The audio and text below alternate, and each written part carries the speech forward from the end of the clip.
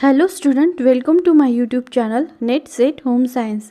आज के इस वीडियो में हम फर्स्ट यूनिट का 5th टॉपिक खाद्य वर्णक एवं योगज यह पूरे डिटेल में पढ़ेंगे। इसमें भोज्य पदार्थों के मुख्य खाद्य वर्णक कौन से हैं यह पढ़ेंगे।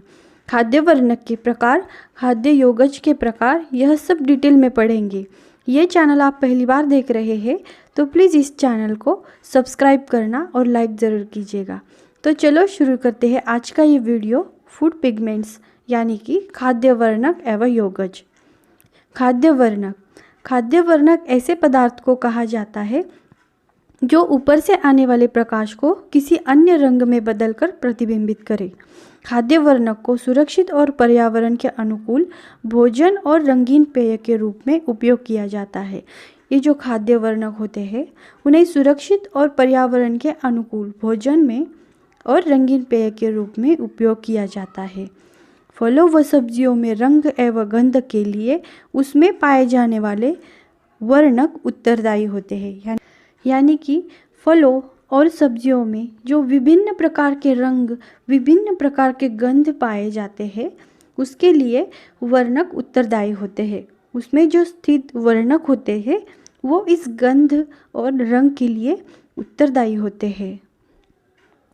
इन्हीं वर्णकों की उपस्थिति के कारण फलों व सब्जियों के रंग लाल, पीले व हरे होते हैं।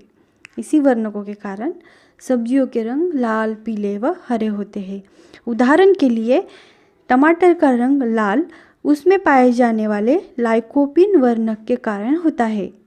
टमाटर हमें लाल रंग का दिखाई देता है क्योंकि उसमें लाइकोपीन नामक वर्णक उपस्थित होता है। इसी प्रकार हल्दी का पीला रंग उसमें उपस्थित कुरकुमीन नामक तत्व के कारण होता है।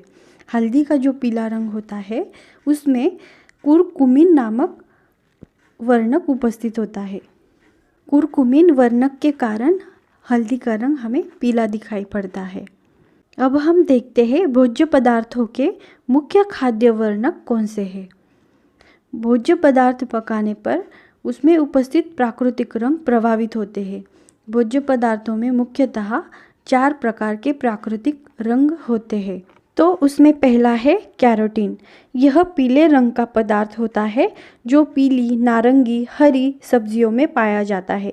जो पीले रंग की सब्जियां होती है, नारंगी रंग की, हरी रंग की सब्जियां होती है, इसमें कैरोटीन नामक वर्णक पाया जाता है। इस रंग पर ताप, अम्लीय या क्षारीय माध्यम से कोई प्रभाव नहीं पड़ता है।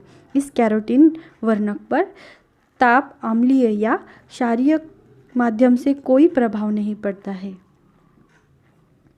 दूसरा है एंथ्रोसाइनिन। यह लाल जामुनी रंग का पदार्थ होता है। यह जो एंथ्रोसाइनिन वर्णक होता है इसका रंग लाल जामुनी होता है, जो मुख्यतः चुकंदर, जामुन, काली गाजर आदि में पाया जाता है। ये जो एंथ्रोसाइनिन वर्णक है वो चुकंदर में, जामुन में व काली गाजर में आदि में पाया जाता है। ताप से यह अप्रभावित रहता है, परंतु आम्लीय माध्यम में यह हल्के रंग का तथा क्षारीय माध्यम में यह नीला हो जाता है। ये जो एंथ्रोसाइनिन वर्णक है ये आम्लीय माध्यम में हल्के रंग का होता है और क्षारीय माध्यम में नीला हो जाता है। तीसरा है फ्लेवेंस। यह सफ़ेद रंग की सब्जियों जैसे आलू, अरबी, गोभी व सफ़ेद प्याज में पाया जाता है।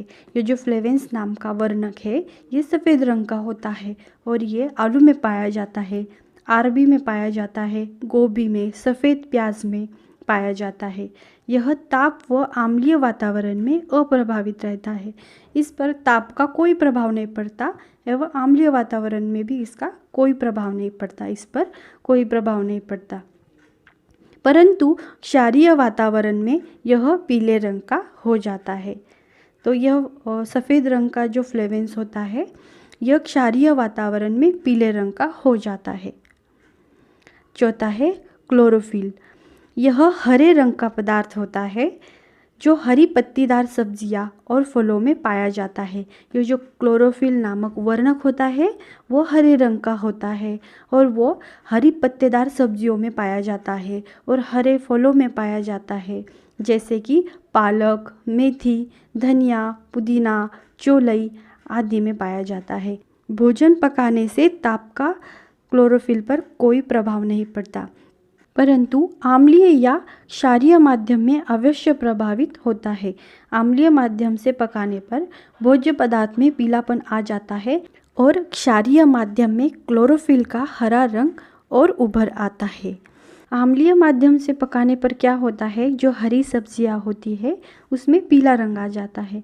हरे जो फल होते हैं उसमें भी पीलापन आ जाता है। और क्षारीय माध्यम में क्या होता है, जो क्लोरोफिल होता है उसका रंग और ज़्यादा हरा होता है और ज़्यादा उभर कर आता है। तो अब हम देखेंगे खाद्य वर्णक के प्रकार, प्रमुख खाद्य पदार्थ और उसमें कौन से वर्णक पाए जाते हैं, यह अब हम डिटेल में देखेंगे। टमाटर में जो लाल रंग होता है वो लाइकोपीन नामक वर्णक के कारण होता है। हल्दी में जो पीला रंग होता है वो कुरकुमिन नामक वर्णक के कारण होता है। मिर्च में तीखापन कैप्सिसिन नामक वर्णक के कारण होता है। मूली में तीखापन आइसोसाइनेट वर्णक के कारण होता है। गाजर का नारंगी रंग कैरोटीन वर्णक के कारण होता है। आंवले का कसेलापन टैनिन वर्णक के कारण होता है, सेलेट के कारण होता है। आलू में हरा रंग सोलेनिन वर्णक के कारण होता है। गाजर में लाल रंग एंथ्रोसाइनिन वर्णक के कारण होता है। अब हम देखेंगे खाद्य योगज।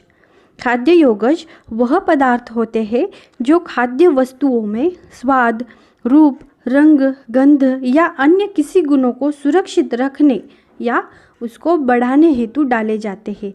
ये जो खाद्य योगज होते हैं ये भोज्य पदार्थ में या भोजन में रंग, रूप, स्वाद, गंध या अन्य किसी गुण को सुरक्षित रखने हेतु या उसको बढ़ाने हेतु डाले जाते हैं। कुछ योगज भोज्य पदार्थों में कई शताब्दियों से डाले जा रहे हैं, जैसे सिरका, नमक, चीनी आदि।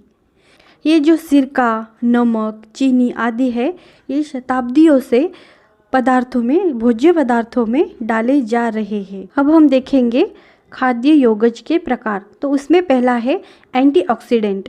भोजन में रसायन ऑक्सीजन के साथ प्रतिक्रिया देता है, जिससे यह एक अप्रिय स्वाद और भोजन को रंग प्रदान करता है।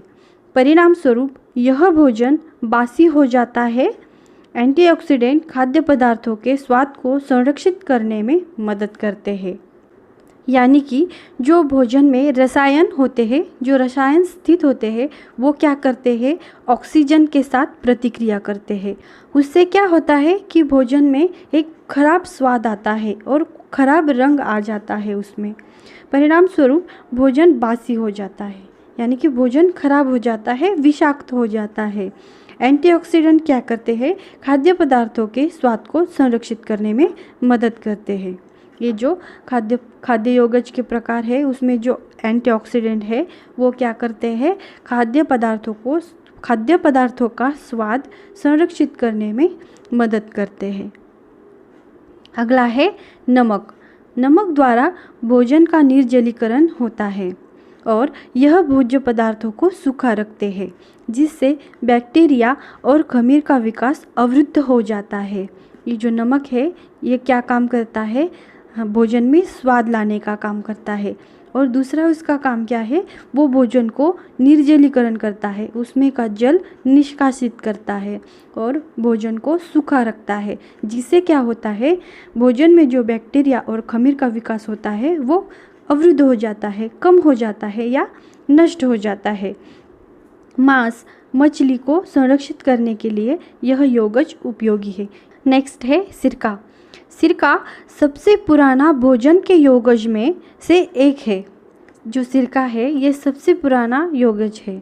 इसमें 5% एसिटिक एसिड होता है और बैक्टीरिया और अन्य सूक्ष्मजीवों को मारता है।